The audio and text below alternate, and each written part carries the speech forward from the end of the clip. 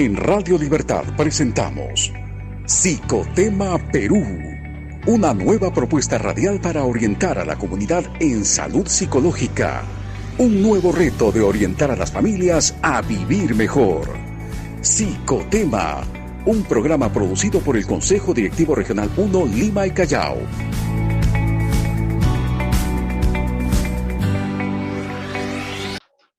Una de la tarde ya con 10 minutos y estamos aquí nuevamente con ustedes en Psicotema Perú, hoy miércoles 23 de junio. A gusto de poder reencontrarnos, de seguir comunicándonos con ustedes a través de este sistema virtual, a través del Facebook Live del Colegio de Psicólogos de Lima y Callao, y paralelamente estamos transmitiendo en Radio Libertad en los 820 de la AM. Estamos todos aún con el susto, creo, y atentos a lo que pueda ocurrir en estos días, tomando nuestras precauciones seguramente del caso, enterándonos de las noticias, siguiendo las informaciones. Ayer realmente nos dimos un gran susto todos los limeños con este temblor de 6 grados casi y con el epicentro en Mala.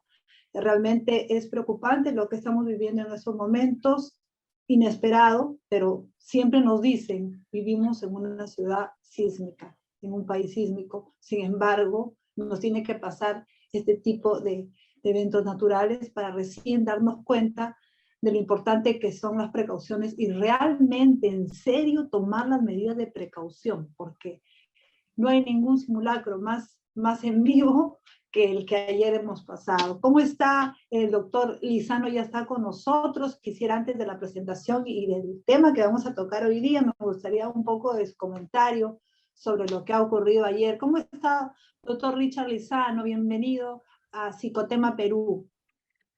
Bueno, muy agradecido por la invitación al Colegio de Psicólogos y también en la persona del doctor David Villarreal y de su persona. Pues qué decirles, ¿no? Lo que ha ocurrido realmente nos pone en alerta una vez más y sobre todo despierta muchas ansiedades. Sucede que en estos tiempos lo que nosotros vamos a vivir no es más que una especie de mosaico entre todas estas rasgos que implican la pandemia, este susto a lo que puede hacer un movimiento telúrico mayor y en sí para muchos esta disonancia que provoca el estado actual de un proceso que aún no acaba, ¿no? Estoy refiriendo al proceso electoral.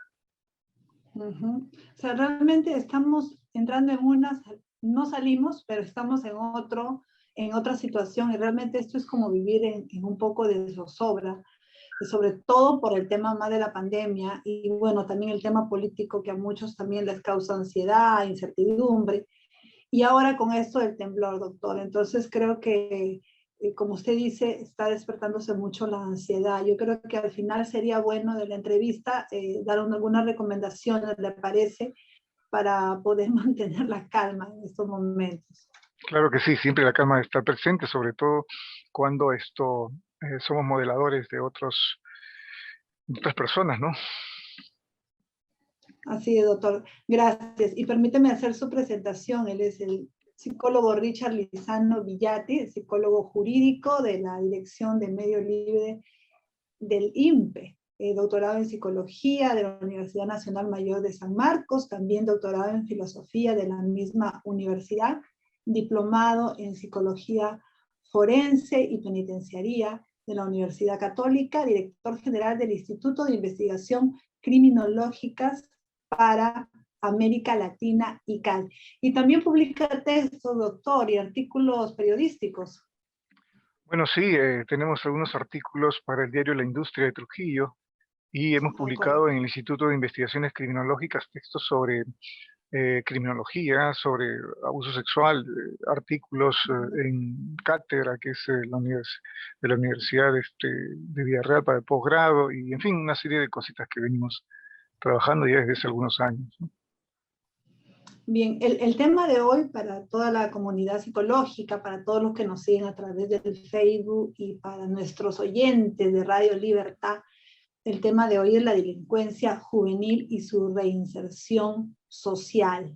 ¿Y por qué hemos tocado este tema? Pues es evidente que todos estamos preocupados por este problema social latente en nuestro país, que cada día va en aumento. Parece que esta pandemia ha contribuido a que la delincuencia aumente. Si nos damos cuenta, la mayor parte de los hechos delictivos, los actos delictivos son cometidos por jóvenes, en algunos casos adolescentes. Entonces, amerita poder tratar este tema, que realmente estamos en riesgo todos. Ya no hay solamente ciertos sectores que son los menos desfavorecidos, ¿no?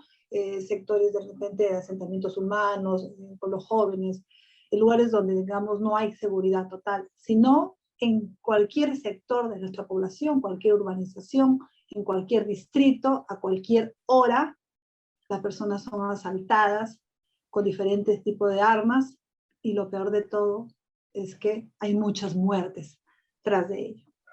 Bien, doctor, después de este preámbulo, lo primero, empezar con, la primera pregunta es, ¿por qué usted considera, ¿no, desde el enfoque psicológico, cómo usted ve esta realidad en la que estamos viviendo de la delincuencia, que ha aumentado en este periodo de la pandemia?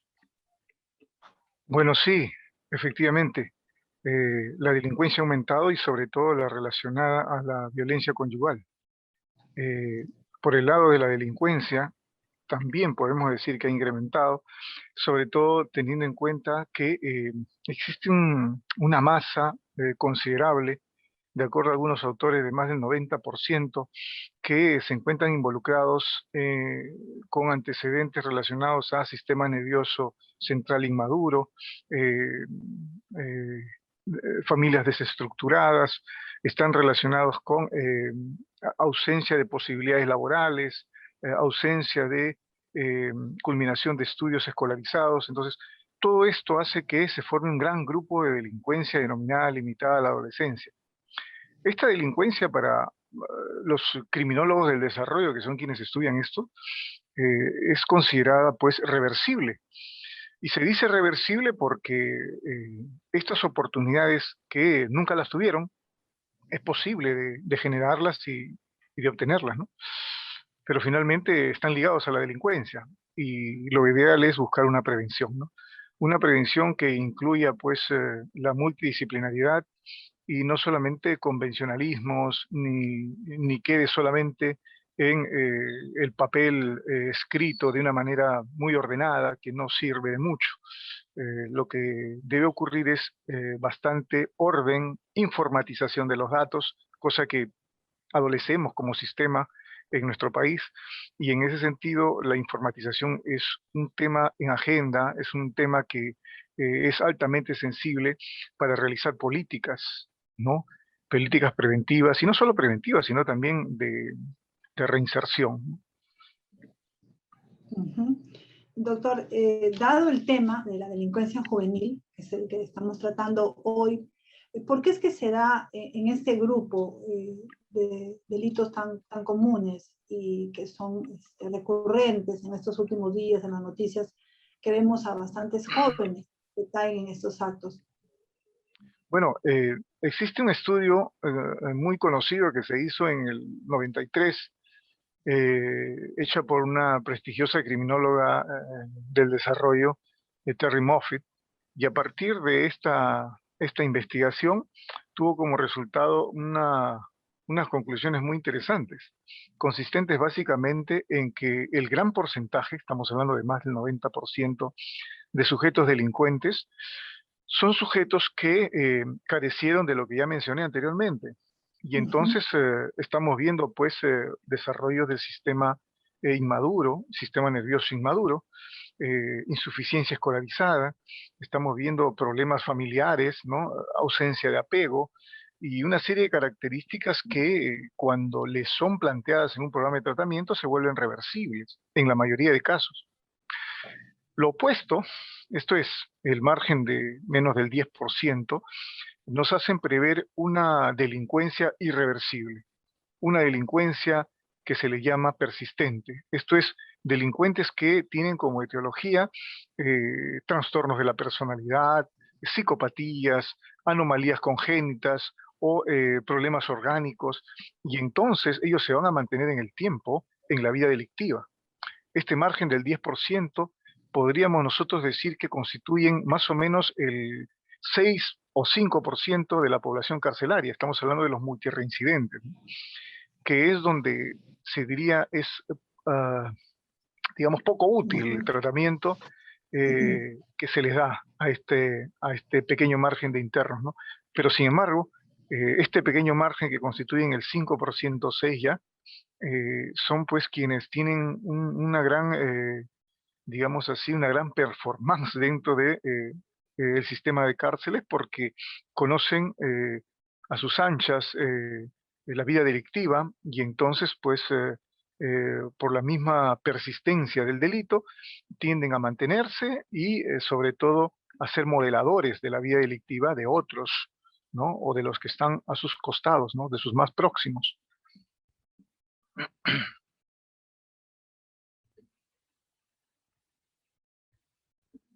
¿Sí? Bueno, a esto podríamos agregar un dato más, ¿no? Existen investigaciones desde la biología, específicamente hecha por genetistas, que hablan de cómo la violencia muta el ADN humano. Y entonces esto se vuelve aún más sensible en aquella población infantil en donde la violencia es el pan de cada día, la violencia se ha normalizado y entonces pues de manera natural ocurre esa mutación, ¿no? Estamos hablando pues de la enzima monoamino oxidasa A, que es muy conocida ya desde hace muchos años, que revierte muchas funciones y hace que la persona no tenga un desarrollo adecuado. Vemos cómo el alcance que tiene la violencia no queda solamente en una cuestión física, en una cuestión psicológica, en una cuestión sexual o económica, sino también genética. Genética. Es decir, doctor, usted nos hablaba de este factor biológico. En ese caso, le preguntaría si de padres delincuentes podrían también haber hijos delincuentes por este factor biológico. Bueno, la relación no es lineal, ¿no? La relación definitivamente no es lineal. No vamos a decir que padres delincuentes, hijos delincuentes, no. Esa linealidad es un lenguaje que, digamos, en psicología ha sido superado, ¿no? Tendríamos que evaluar otros factores, por ejemplo, qué tanto riesgo tiene el hijo de delincuente, qué tanto protección tiene el hijo de delincuente, y sobre eso se podría hacer, digamos, una conclusión, ¿no? La evaluación es individualizada, la evaluación se hace a través de protocolos que ayudan a tener un margen de certeza aún mayor. Entonces, como hemos dicho, la relación no es lineal, sin embargo, hay una influencia grande, porque estamos hablando pues de que la paternidad es modeladora por excelencia, de igual manera que la maternidad, ¿no? Es modeladora. Y entonces el modelamiento, como muy bien lo dice el teórico del aprendizaje Alberto Bandura, esto se convierte en un fuerte impacto en el observador, y el observador por naturaleza es el niño, ¿no? Que está asimilando, que está, como dice María Montessori, absorbiendo la realidad para convertirse en ella, ¿no? Ahora, doctor, habiendo citado usted las causas de estos actos delictivos en estos jóvenes, ¿qué tanta es la incidencia?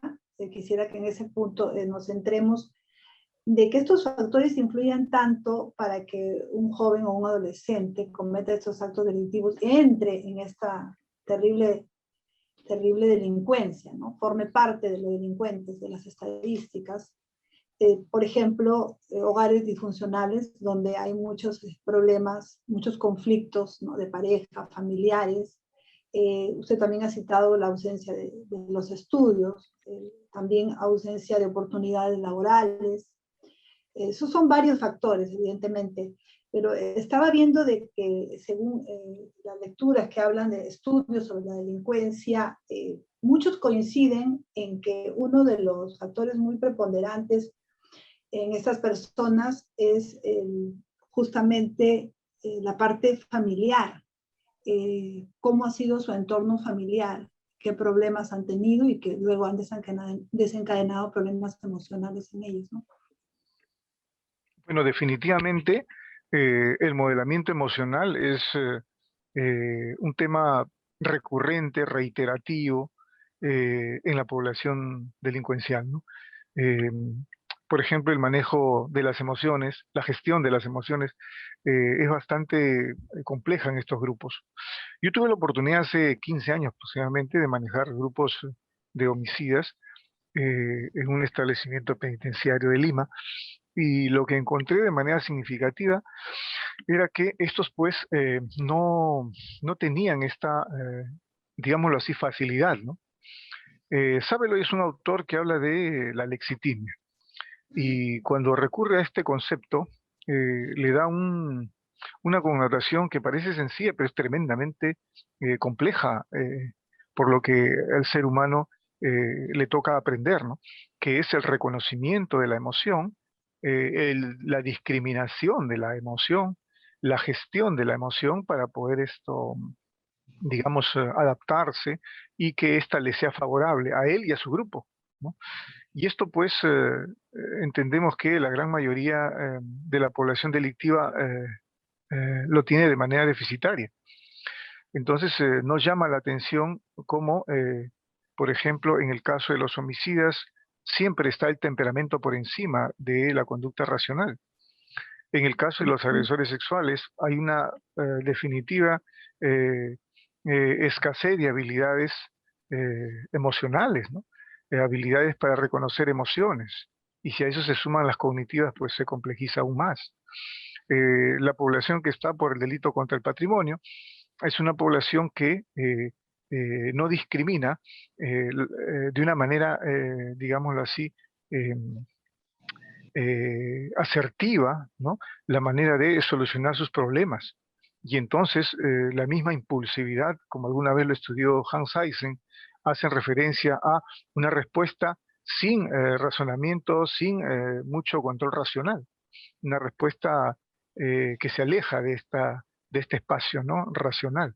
Y entonces tenemos pues los hurtos agravados, lo hice porque lo necesitaba de manera rápida, o no sé qué me pasó, o como ellos tienden a definir, ¿no? Se me metió el diablo. No es una frase muy conocida, intramuros, ¿no? Y entonces vemos pues que las emociones están de manera muy, muy pegadas al comportamiento delictivo, ¿no? El aprendizaje de la resolución de las emociones, o esto que Goleman en algún momento habló sobre la gestión de las emociones como parte de una inteligencia emocional idónea, el grupo de población delictiva lo tiene muy pendiente, ¿no? Es una tarea todavía para trabajar de manera persistente, ¿no? Ujú. Doctor, y la adolescencia y ya entrando en la etapa de la juventud, digamos, considero es como un campo abierto, digamos, para que se puedan producir estas inclinaciones delictivas en algunos jóvenes, que obviamente también tiene que ver otros factores que usted ha citado, pero qué tanto esa etapa de la adolescencia sería también a modo de orientación a los padres, puede desencadenar que los chicos empiecen a formar grupos de pandillas, a cometer actos delictivos. Uh-huh. Hay que reconocer algo importante, que los estudios de neurociencia han reconocido que la madurez del cerebro no era como nosotros pensamos hace décadas, que esto concluía al borde de la adolescencia. No es así. Hoy en día se sabe que la madurez del cerebro es progresiva, llega hasta la mitad de la segunda década de vida, o la tercera, perdón, ¿no? Perdón, estamos hablando sobre los 25 años en promedio. Y esto es muy importante porque nos permite pues entender que ese joven menor infractor entre 14, 16 años, 18 años, y aquel que supera esta edad y está a puertas de cometer un acto delictivo, tiene todavía la posibilidad de revertir el comportamiento, de revertir algunas funciones neurales que las ha aprendido de una manera, digamos, eh, consuetudinaria por sus grupos sociales. Es posible. Lo que sucede es que, y esto es muy enfática en decirlo esta criminóloga Terry Moffitt, de que necesita oportunidades. Y cuando hablamos de oportunidades, no estamos viendo necesariamente de las oportunidades que están relacionadas a lo laboral o a lo educativo. Fíjense, si tenemos modeladores corruptos, si tenemos modeladores antisociales, si tenemos, y seguimos en la lista, Sí, estos también son oportunidades de aprendizaje en los adolescentes, ¿no? sí, ¿Por qué vienes a criticarme si yo he robado un celular y otro se roba millones de soles? y sí, Son formas de razonamiento que evidentemente no son adaptados, ¿no? Pero son razonamientos que les trae el modo de vida, el ritmo público de vida a muchos adolescentes. Los modeladores de corrupción son tremendamente potentes en los adolescentes, ¿no? Muchos abogados, cuando lleguen a ser licenciados en Derecho y tengan la posibilidad de ejecutar litigios, ¿de quiénes quieren ser defensa? Entonces, la gran mayoría de ellos dice, yo quiero ser defensa de un narcotraficante, o de un político, o de alguien que me pague bien, y no me interesa qué hacer, que me pague bien y yo defiendo, ¿no? Entonces, la ética, en este caso, realmente se deja extrañar, ¿no? La ética, como rama de la filosofía, es algo que se extraña desde los centros escolarizados. No hay filosofía, no hay ética, necesitamos una reforma curricular urgente, una reforma curricular identitaria. Y en ese sentido, vemos cómo esto es un antecedente, y no es un antecedente de brazo corto, es un antecedente importante para desarrollar el pensamiento reflexivo de esta población que estamos conversando en este momento, ¿no? Los cursos de filosofía, los cursos de ética, permitían eso, la reflexión en la población de la secundaria. Hoy en día no hay eso, no hay psicología. Y entonces esto ayuda pues a entenderse o a la autorreflexión, ¿no? Y la autorreflexión tiene mucho que ver con el control racional de la conducta. Entonces ahí tenemos un gran brazo para poder entender por qué la delincuencia se abre paso como, como como lo estamos viendo hoy en día, ¿no? ujú. Doctor, y los modos de crianza de los padres, también estaba viendo sobre el tema, se habla mucho de aquellos errores, bueno, que se cometen como padres cuando vamos mucho al extremo, digamos, padres totalmente exigentes o, digamos, autoritarios, y el otro lado, los padres que son muy permisivos, ¿no? Que dan mucha libertad, de repente que este, no tienen disciplina. Entonces, estos dos extremos, estaba leyendo, también hacen mucho daño, ¿no? Creo que a la vida y a la formación de cualquier joven. Pero en este caso, para que se conviertan en delincuentes, ¿qué otros factores tendrían que influir en la crianza de los hogares? Eh, en un colegio del Callao, un colegio bastante moderno, en donde se había instalado la metodología Montessori, se había invertido para eso, se había evaluado a unos niños a través de técnicas proyectivas. Y lo que comentaban los niños respecto a sus dibujos era lo siguiente. Aquí he dibujado una moto con su casco y al joven que viene y su pistola. ¿Y quién es este señor? Es mi papá que llega a las 6 de la mañana, viene trayéndonos dinero. Se va con su moto a robar y llega acá a darnos la plata a mi mamá y a mí. Este modelamiento que es muchas veces recurrente, ¿no? Estamos hablando, pues, zonas criminógenas, estamos hablando que no es la única en todo Lima, hay cantidad de zonas en todo Lima, ¿sí? El aprendizaje se da por un modelamiento bastante fácil, ¿no? Y cuando hablamos, pues, de la familia democrática, estamos hablando de la familia convencional, una familia convencional a la que se aspira, ¿no? Pero la familia democrática, frente a estas familias con modeladores criminógenos, realmente es minúsculo. Aquellas familias que son autoritarias, ¿sí? Van a tener un antecedente relacionado con el delito contra la libertad sexual.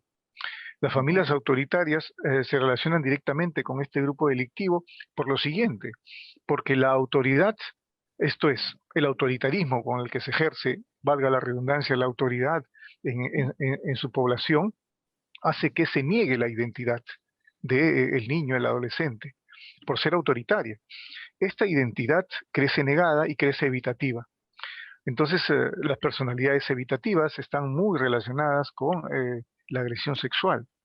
Por otro lado, aprender de modelos autoritarios o patriarcales de igual manera está relacionado con el abuso de género, está relacionado con estas formas intransigentes, estas formas de no permisividad hacia lo heterogéneo, hacia lo diverso.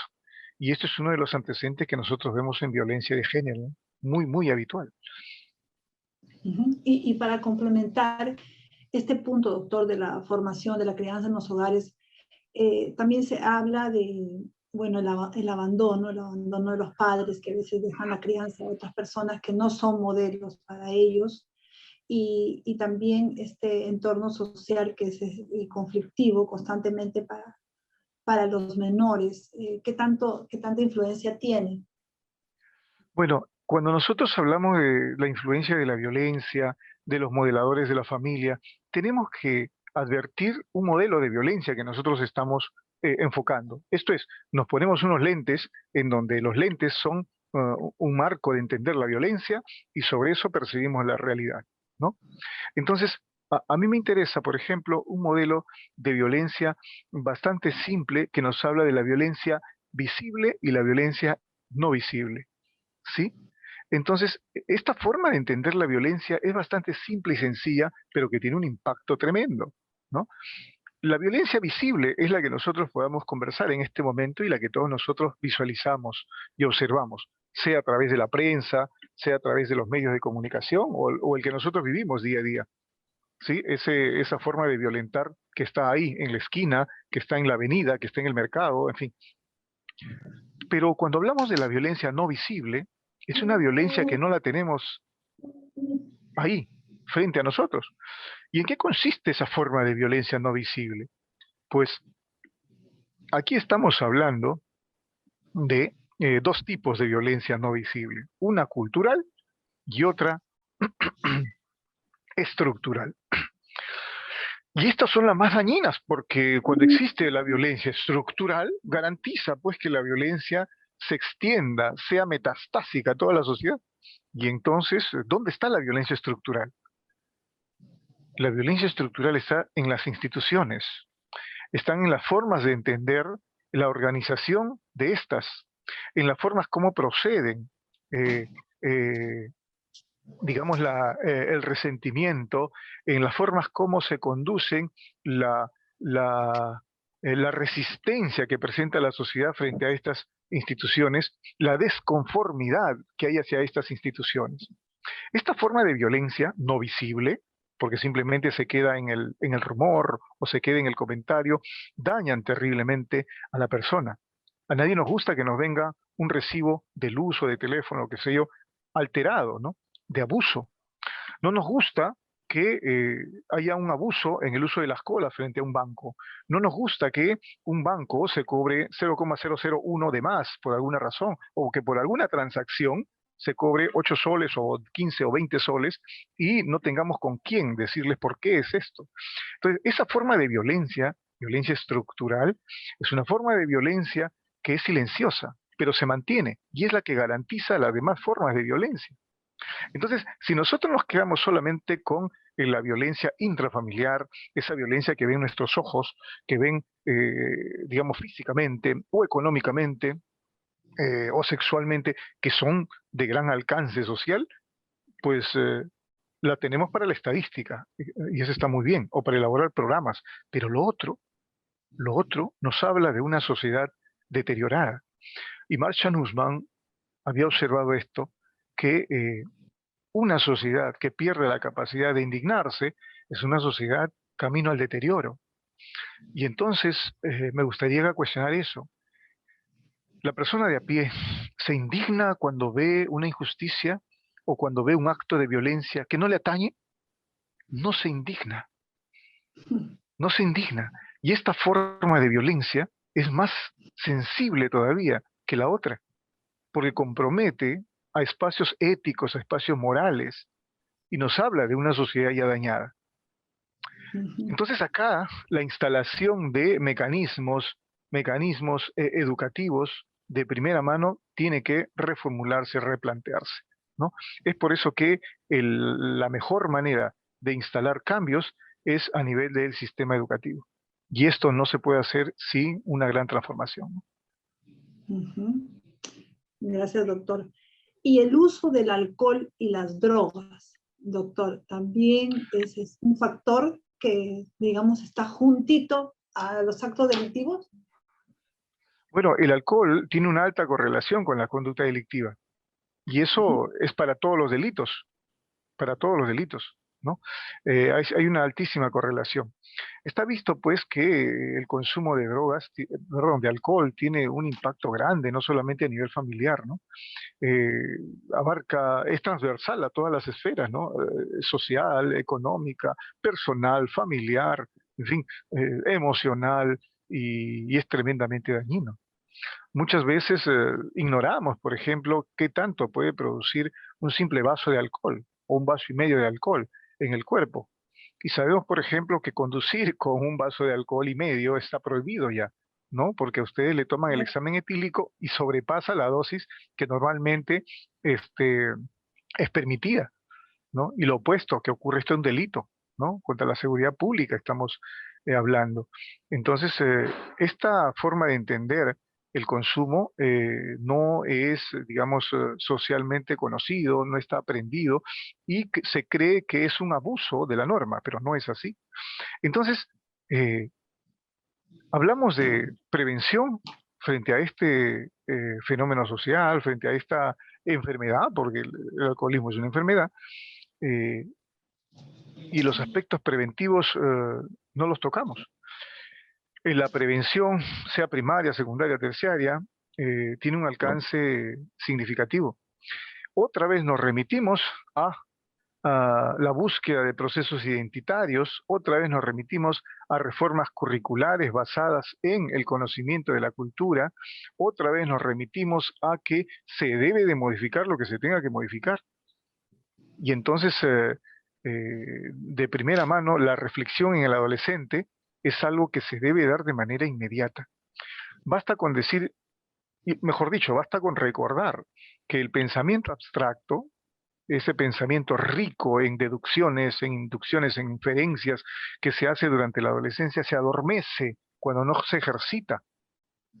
Y entonces, precisamente en ese periodo coincide con la escolaridad y y es esta forma de pensar abstracta es la que se debe de fomentar, se debe de estimular en la escuela misma. Pero si no hay un curso que lo fomente, ¿qué es lo que se va a estimular, reforzar, practicar? Entonces, pienso que la reforma curricular, nos guste o no, es una tarea pendiente, ¿no? Pendiente, sobre todo para la gran masa de población adolescente. Ujú. Sí, doctor, sin duda, usted nos ha hecho hincapié insistentemente en este tema de la ética, los valores y el cambio que debe haber estructural de todo el Estado, principalmente en el sector educación. Eh, Doctor, y aquellos límites que ha puesto el Estado, usted con la experiencia que tiene en la parte de las sanciones delictivas, usted trabaja en el INPE actualmente, esas sanciones que faltarían para justamente los delincuentes que son menores de edad, ¿de alguna manera contribuyen a que estos sigan delinquiendo?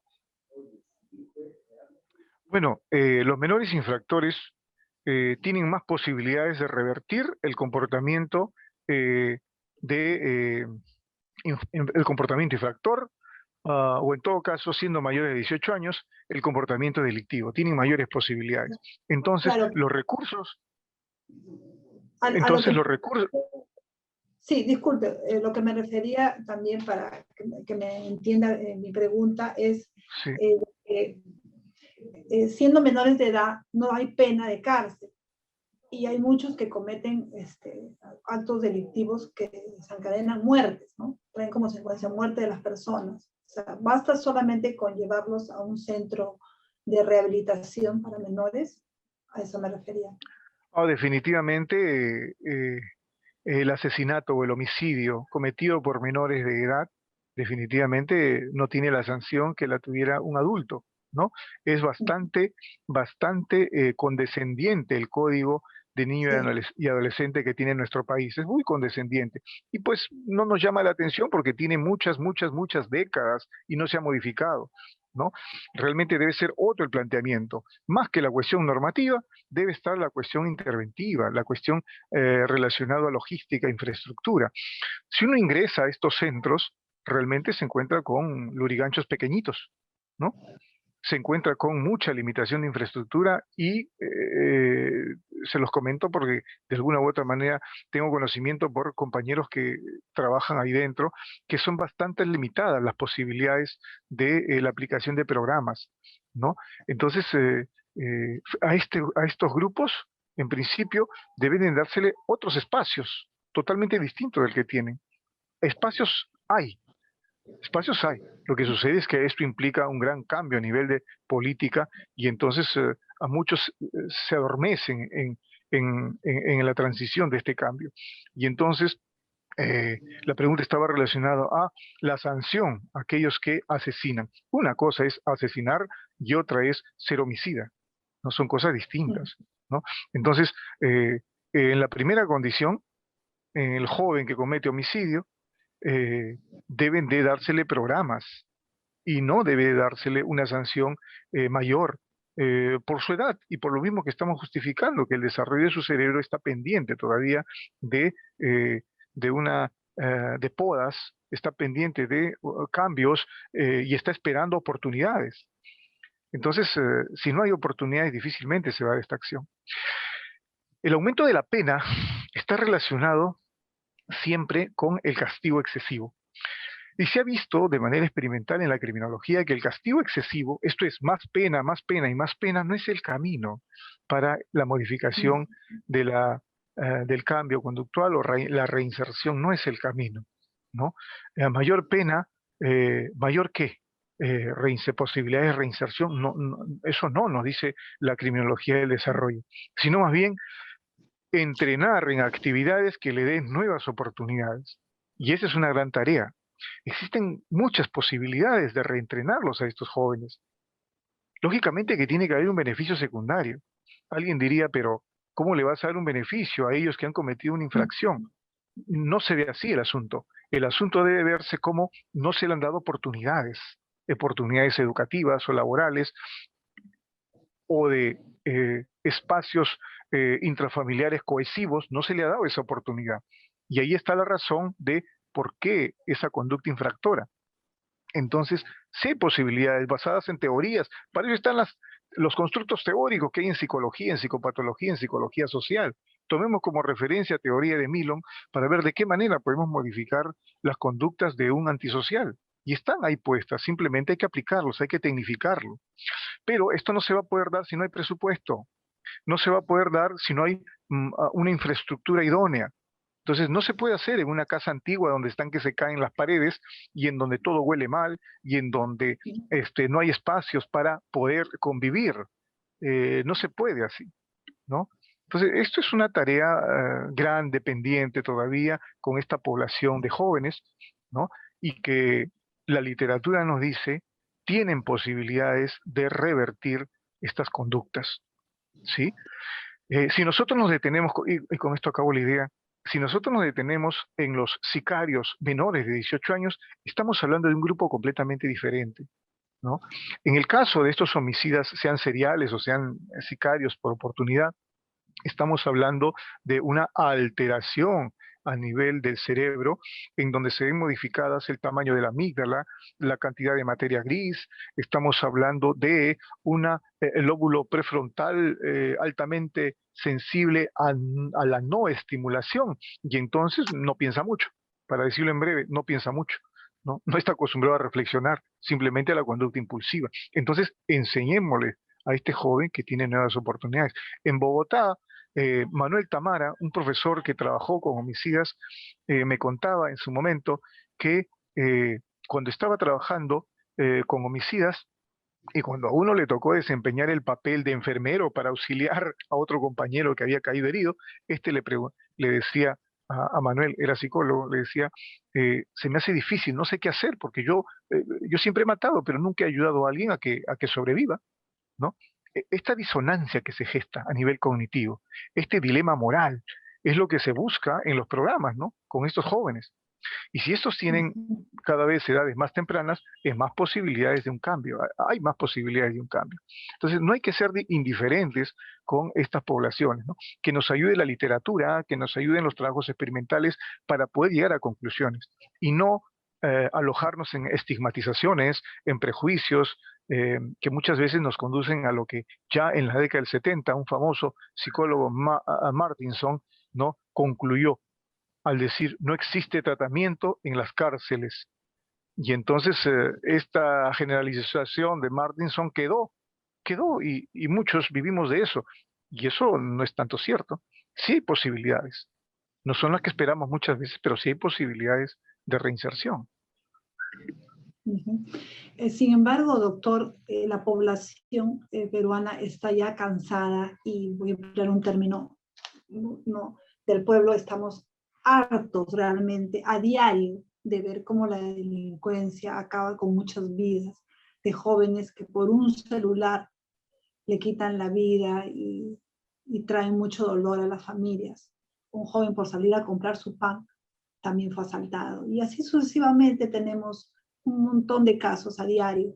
Entonces la gente se indigna y dice, bueno, porque se ve a través de las noticias que el policía, las fuerzas policiales cumplen con su deber, los capturan, hacen el procedimiento, pero luego cuando llegan a la fiscalía mayormente, y ahí tienen que intervenir ya estos otros instancias del Estado, como es el Poder Judicial, pues lo están sacando afuera en breves plazos. Entonces no se cumple todo el procedimiento que debería. Por eso es que la gente se indigna y dice pues que haya mayores sanciones o que ya no lo saquen. ¿Cómo hacer, doctor? Bueno, en realidad pues ahí nosotros estamos viendo aspectos emergentes de una realidad que tiene otra estructura. ¿Sí? Esos son aspectos emergentes de una realidad que tiene otra estructura. Y con esto me estoy refiriendo básicamente a los procesos de economía social de mercado, los procesos de economía de libre mercado, que son, como todo economista sabe, la manera como se sostienen los grupos sociales. Entonces, ¿cómo aprende el trato un policía? Está relacionado con los procesos en los que se ha socializado. Y los procesos de socialización van a estar a su vez fundamentados en lo que le pudo dar el progenitor, la progenitora, y esto relacionado a una economía, ¿no? Entonces, los procesos emergentes, eso que nosotros vemos en la función del Ministerio Público, la función de la policía, la función de otra institución, son emergentes en tanto están a la vista de cualquiera de nosotros. Pero ¿qué hay detrás de ello? ¿Qué hay detrás de la manera como se mueve el sistema?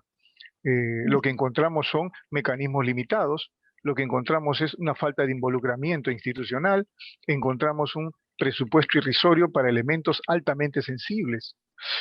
No es posible que no se quiera o se dude en colocar una cámara Gesell en lugares en donde ésta se necesita a gritos, ¿no?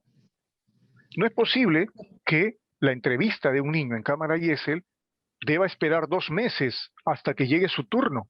No estamos hablando de una provincia lejana, estamos hablando de Lima. Eso no es posible. Entonces, los procesos emergentes nosotros los vemos rápidamente, pero los procesos que lo estructuran, sobre eso debemos detenernos, ¿no? Y eso está relacionado directamente con las formas como se constituye nuestra economía social.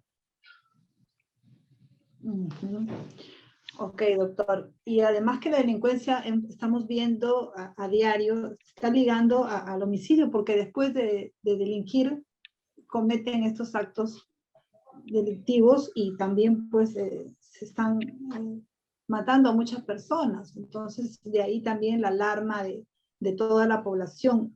¿Por qué, digamos, algunos delincuentes ya no solamente optan como muchos años atrás solamente en robar, sino que van hacia más, ¿no? Van a liquidar a su víctima? Y además estamos viendo no solamente grupos acá del Perú, sino también estamos viendo muchos grupos extranjeros que han venido acá a nuestro país, y por ello también se incrementa la delincuencia. Es una realidad que no podemos ocultar. Bueno, esto está relacionado con el acceso a armas. El acceso a armas dentro de las cárceles es una realidad que nadie puede ocultar. Dentro de las cárceles hay armas que es manejado por delincuentes. Ahora, si esa es una realidad, imagínense el acceso a armas extramuros se da de una manera desordenada, de una manera incontrolada, de una manera que nadie la puede medir, tanto por el mercado negro como por el mercado blanco. Y entonces, aquí pues hay una gran limitación, ¿no?, del control. Eh, un adolescente puede tener esta arma fácilmente.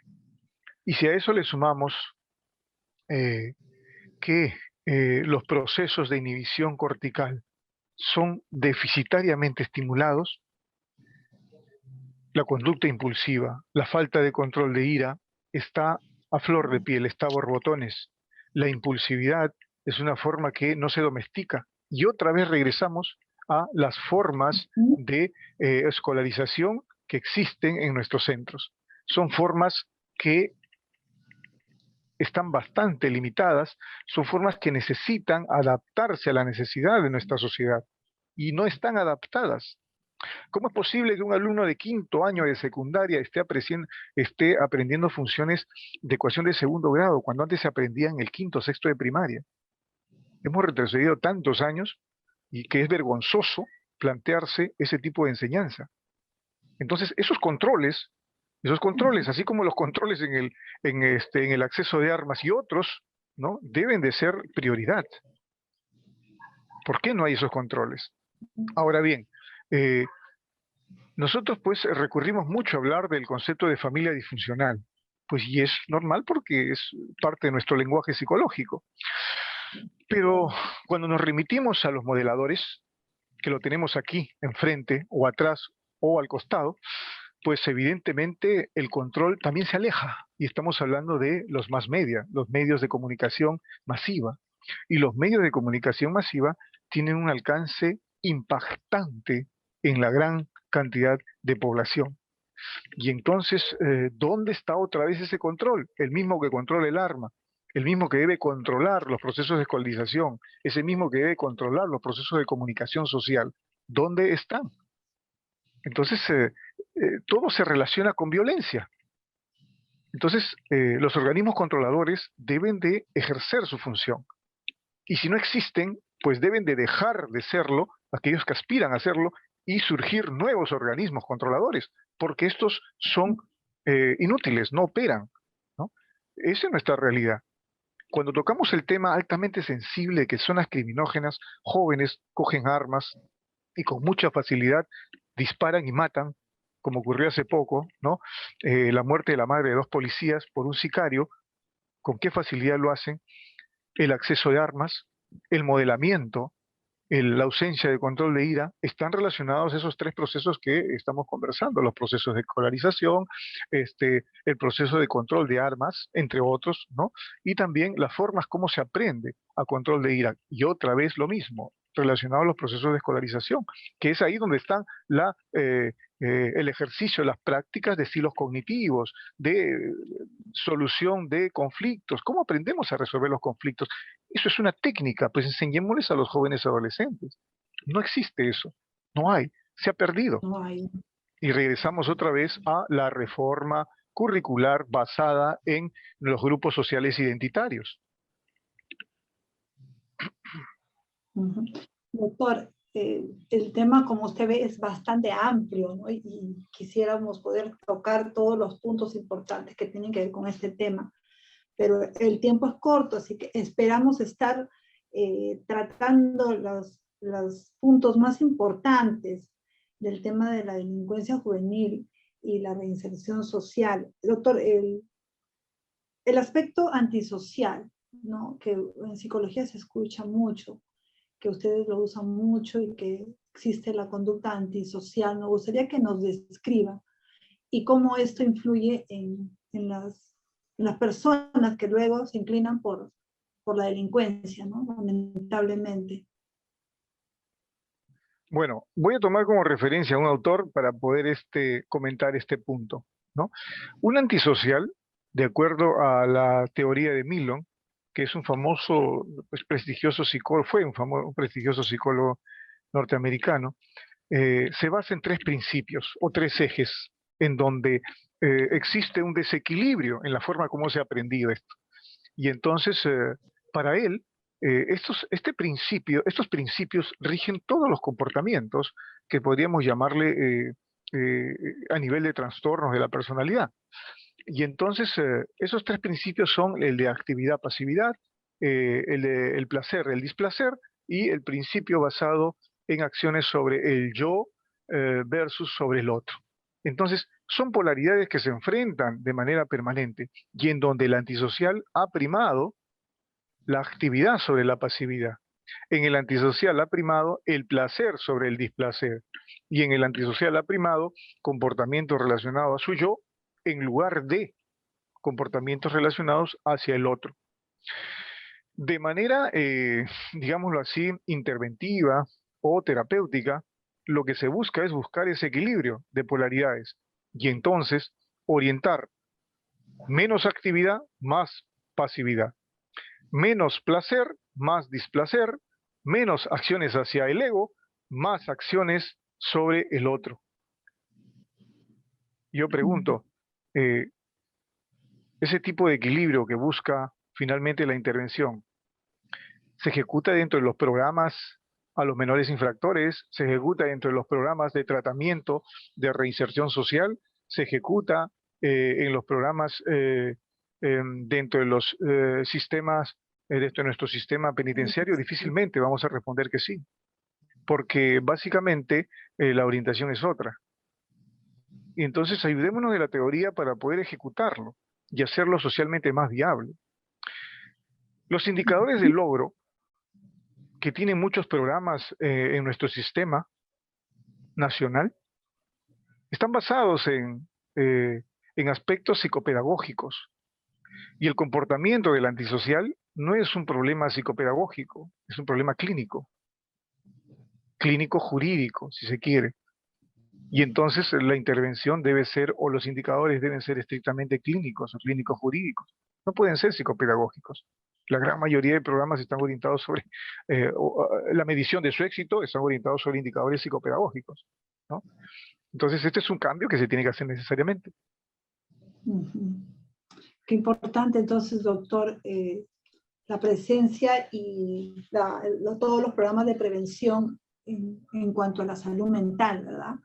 Porque estamos viendo de que tiene mucho que ver en todo, casi, es un trastorno de la personalidad, como usted nos decía, la conducta antisocial.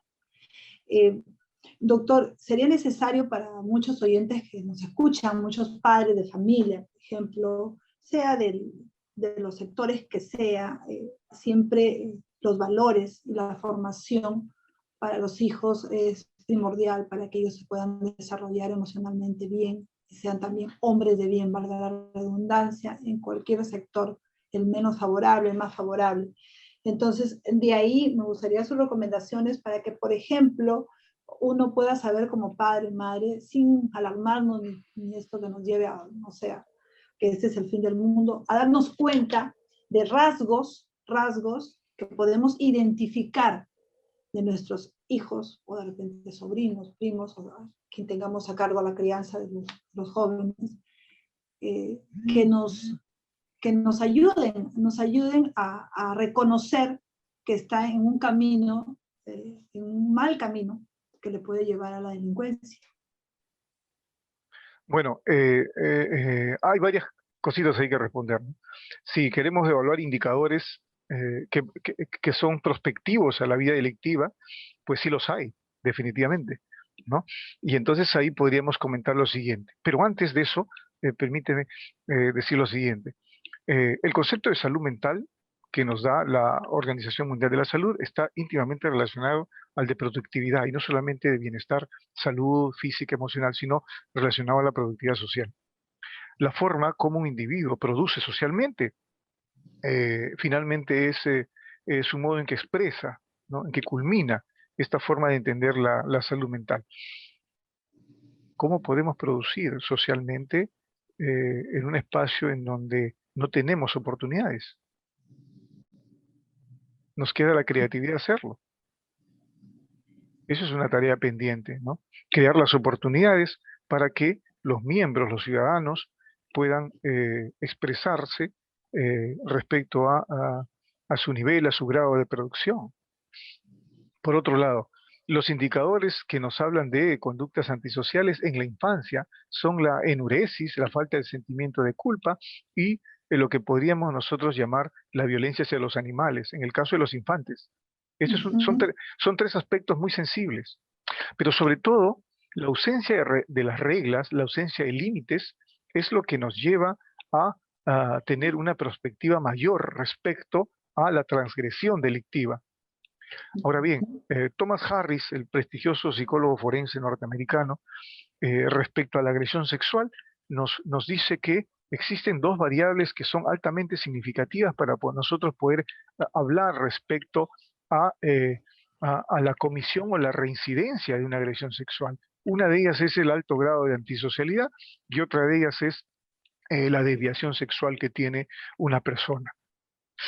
Si nosotros ya sabemos estas dos variables que nos van a permitir, pues, prever una reincidencia o la comisión de un delito de agresión sexual, es necesario que nosotros tengamos una base informatizada de las personas, sobre todo las que son de riesgo, sobre todo las que se encuentran intramuros también. Y esta base de datos no es poca cosa, porque a partir de ella se hace prospectiva, a partir de ella se hacen programas, a partir de ella, de esta base de datos, vemos las necesidades que tienen distintos grupos, distintos segmentos que están en nuestra población intramuros, ¿no? Entonces, cuando hay la ausencia de reglas, la ausencia de normas establecidas, es donde estamos nosotros avisorando un riesgo de la infracción social, ¿no? Ujú. Ok, doctor. Y en todas las preguntas que le he hecho, doctor, siempre las respuestas, siempre usted hace mucho hincapié, incidencia en que sí es posible la reinserción social. Usted con la experiencia que tiene en todo el trabajo penitenciario, ¿qué porcentaje, ¿no? Ya para ir concluyendo, podría usted citar o mencionar de delincuentes pueden reinsertarse a la sociedad? Los aspectos cualitativos y los aspectos cuantitativos cuando hablamos de la reinserción son bastante ambiguos. Por una razón, los programas se establecen en base a indicadores psicopedagógicos, como decía en un principio. Y para hablar de reincidencia, los indicadores psicopedagógicos no nos ayudan mucho, porque los indicadores tienen que ser clínicos, y esto es una gran limitación en los programas de intervención intramuros. Entonces, ¿qué nos queda? Pues traducirlos de una manera cuantitativa, estos indicadores psicopedagógicos a indicadores clínicos. Esa es una tarea pendiente. Los indicadores psicopedagógicos, esto es, la asistencia de los delincuentes, la limpieza o su aseo, el trabajo que ellos presentan a lo largo de su permanencia intramuros y otros, son psicopedagógicos, no son clínicos. El trabajo clínico es mucho más complejo todavía. Y entonces esto nos va a dar pues una lectura bastante falso positivo de lo que es en los programas y la posibilidad de reincidencia. Ahora bien, existen programas que son bastante iniciados, por ejemplo, aquellos que se dedican al tratamiento de agresores sexuales, que no son muy antiguos, y su forma de evaluar la reincidencia también están en un marco psicopedagógico. Los programas orientados a jóvenes infractores, perdón, a jóvenes delincuentes, también de igual manera tienen indicadores psicopedagógicos. Entonces, esto es un sesgo que tienen las formas de estimar el comportamiento, ¿no? Es un sesgo pendiente de poder eh, modificar. Cuando hablamos de las posibilidades de reincidencia, de qué porcentaje realmente decirlo es una cuestión bastante subjetiva, bastante subjetiva. Pero lo que dice la literatura es, en el caso de todos aquellos multireincidentes, es alta la probabilidad de que vuelvan a reincidir. Y los multireincidentes, perdón, en nuestro sistema forman cerca del 5 a 6% de los 94.000 que se encuentran dentro de las cárceles, ¿no? En ese caso, los reincidentes es muy difícil, digamos, que puedan reivindicarse, lograr su reinserción social. Bueno, Vicente Garrido, el prestigioso profesor de la universidad, de una universidad española, ¿sí? Hace referencia que para estimar las posibilidades de reincidencia se deben considerar dos factores: los factores sólidos, los factores dinámicos. Se va a entender por factores sólidos aquellos que hacen no posible que se revierta una conducta pasada, como por ejemplo haber sido violado, como por ejemplo haber nacido con una malformación congénita o tener un trastorno de la personalidad, en fin, mayor, agudo. Y los factores dinámicos, aquellos factores que son posibles de revertir, como por ejemplo no haber acabado la secundaria, ¿no? Como por ejemplo tener una creencia disfuncional, eso sí se puede revertir. A mayor cantidad de factores dinámicos, son mayores las posibilidades de que una persona pueda reinsertarse socialmente. Y a mayor cantidad de factores sólidos, es mayor la probabilidad de que la persona no logre una reinserción adecuada. Corresponderán a los protocolos forenses su evaluación lo más objetiva posible de poder decir cada una de estas personalidades qué probabilidad tiene de reincidir o no después de una de evaluación de este tipo, ¿no? Basada en estos factores sólidos dinámicos. Doctor Richard Lizano, yo le agradezco muchísimo su participación en el programa, sobre todo con este tema, con la experiencia penitenciaria que usted tiene y todos los aportes en general que nos ha dado en los diferentes puntos que tienen que ver con este tema de la delincuencia juvenil y la reinserción social. Yo lo comprometo desde ya, próximamente programar una nueva entrevista y tocar otro tema que tenga que ver justamente con estos actos delictivos, también puede ser los actos de acoso sexual. Hemos hablado también de los sicarios adolescentes, entonces, porque es muy interesante y es una realidad que no podemos ocultar. Finalmente, doctor Lizano, prometimos dar algunas recomendaciones para la ansiedad, porque esto todavía está latente, lo del temblor, y se habla mucho de réplicas que podrían haber. ¿Qué podemos hacer, doctor, en una situación tan imprevista que a veces ya no tenemos ni tiempo ni de coger la mochila de rescate, que le llamo yo? ¿Cómo hacer? Bueno, realmente la mochila de rescate, que todos sabemos debemos tenerla siempre a la mano, debe estar en un lugar de fácil acceso. Nosotros ya debemos haber pensado cuál va a ser nuestro punto de refugio, ¿no? Ese punto en donde vamos a nosotros permanecer algunos minutos más. Y sobre todo, las personas que tienen una alta dosis de ansiedad, pues saber la manera cómo gestionar las emociones. Esto es algo muy importante, ¿no? Eso implica que se sepa relajar, eso implica que sepa respirar, eso implica que pueda en su celular descargar un pequeño app y que pueda guiarle sobre su estado emocional. Y entonces hay aplicativos en donde pues nosotros podemos ir controlando nuestro estado de respiración y saber si lo estamos haciendo bien o no. Esto puede ayudar mucho. Puede también haber videos de relajación y al verlos pues nos invita también de una manera refleja, como decía eh, este famoso neurocientífico italiano Giacomo Rizzolatti, tenemos neuronas espejo y esas neuronas espejo nos permiten a nosotros identificarnos con la emoción del otro. Ponemos una emoción favorable acá, como el estado de relajación, como un cuerpo practicando yoga, qué sé yo, e inmediatamente vamos a identificarnos con esa imagen y si la practicamos va a ser mucho mejor, ¿no? Entonces, descargar aplicativos es una cuestión bastante funcional. Doctor. Y tener a la mano nuestras cosas, ¿no? Tomar nuestras precauciones, porque eso nos da cierta seguridad, ¿no? Al menos a mí me pasa, ¿no? Tener las llaves cerca a la puerta, la mochila, que ya la tengo que hacer, porque creo que muchos hemos dejado la mochila a medias.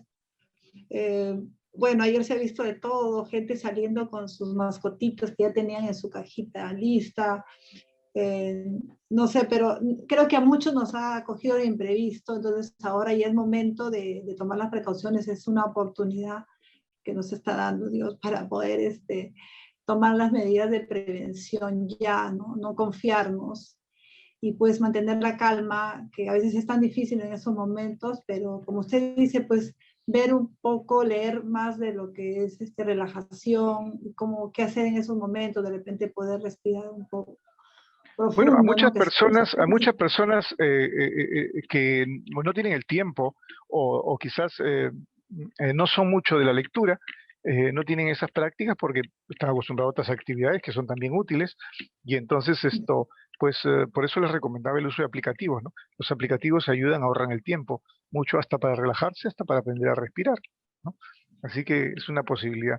Y sobre todo mantenerse serenos. Pues anoche, por ejemplo, sí, definitivamente, ¿quién no se llevó un susto? Pero caer en pánico, tenemos que tener control de eso, ¿no? Y sobre todo calmar al que está a nuestro lado, ¿no? Si ya sabemos que tenemos un familiar que es ansioso, que tiene rápidamente no conductas de pánico, entonces calmarlo, ¿no? Tener a la mano agua, vasos con agua, vasos, aguas de azar, en fin, eso es bastante útil, ¿no? Sobre todo para las personas adultas mayores también, claro que sí. Muy bien, muchas gracias, doctor, una vez más. El psicólogo estuvo con nosotros, Richard Lizano Villati, psicólogo jurídico de la Dirección de Medio Libre del INPE. Gracias, doctor. Muchas gracias a ustedes y encantado y gracias por la oportunidad. Muchas gracias. Buenas tardes. Buenas tardes también. Y finalmente, recomendarles que no olvidemos nuestras mascarillas, porque ayer muchos salimos, algunos sin mascarillas o se regresaban. Entonces creo que por la misma situación de zozobra, olvidamos que estamos todavía en medio de la pandemia y que el COVID-19 aún está persiguiendo, está entre nosotros. Así que no olvidemos eso y a guardar la calma, a estar tranquilos en familia y a colaborar con las personas que son más vulnerables, ¿no? En estos momentos. Los niños, los ancianos, las mascotitas, por favor no se olviden de ellas. Y bueno, a seguir manteniendo la tranquilidad. Gracias y hasta el próximo miércoles.